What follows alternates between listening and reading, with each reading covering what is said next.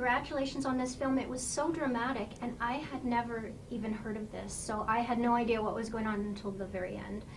But I think you had heard of this in the news. You followed it in the news as it was happening, and you got the script because Matthias Schoenaerts had brought you it, hoping that you would direct.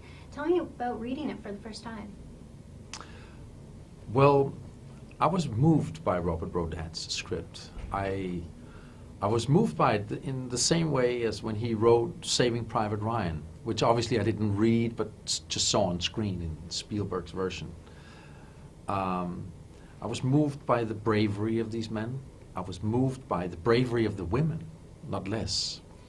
And I was horrified and intrigued by this dilemma of either accepting foreign help or not, trying to protect their naval secrets, but sacrificing possibly the lives of these men. I thought that was that grabbed me by the throat. But more importantly, I felt there was a potential of a grand film about life and death, and that's what I was pursuing. Commodore David Russell, who is featured in the film, well, he's not featured in the film, but he's played by Colin Firth. Did you have lengthy chats with him about what actually happened? Commodore David Russell became our friend and consultant all the way through this film. Without him and without also Russian consultants and submariners, we would have been lost. This is complete foreign territory for me. He's such a lovely man, and I remember putting him together with Colin Firth in London. I will never forget that encounter. It was like we had a full day together, Colin Firth, him and myself, in a library in London, and he filled us with all these memories and technical details and this whole tragedy contains. So yeah, he helped us a lot. Tell me about working with Matthias Schoenaerts. How is he as an actor? Would you call him method? Method acting has become a wide variety of different things. Each actor comes with their own translation of how to approach acting. Matthias is a driving force. He's so generous. He's so warm, and he's very intelligent. So it's a pleasure working with him, and that's also why I embarked on this journey with him. Again, I've been working with him before. And then there's this thing with him, you know, the camera just wants to point at him and loves him.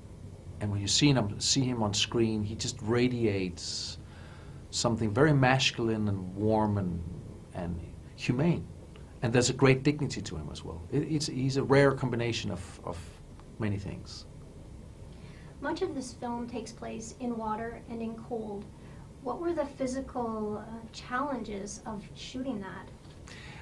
One of the huge challenges for the actors in this movie was to pretend it was cold because it was in fact 42 degrees. It was like baking inside of this studio submarine. And the water was very warm, and it had to be warm because else they would go ill, all of them. We shot a month in this water surrounding. And it was dark and it was humid, but it was very warm.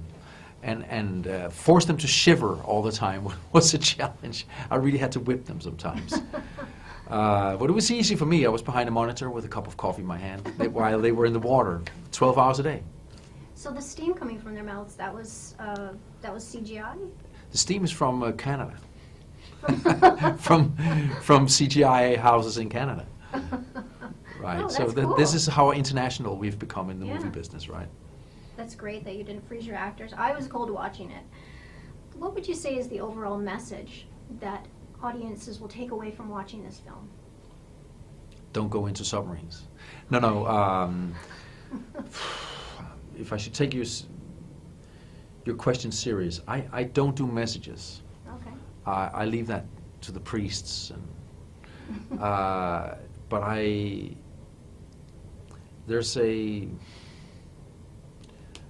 guess there's a call for humanity and hopefully this indignation that you build up watching this can make people react against how the bureaucracy can crush people. But it's primarily an exploration of how people react when they run out of time, and how brave these particular men were when they ran out of time. Thank you so much for talking to me today, and thank you for this film. Another great project from you. You liked it? I did like it. Thank you so much. Thank you.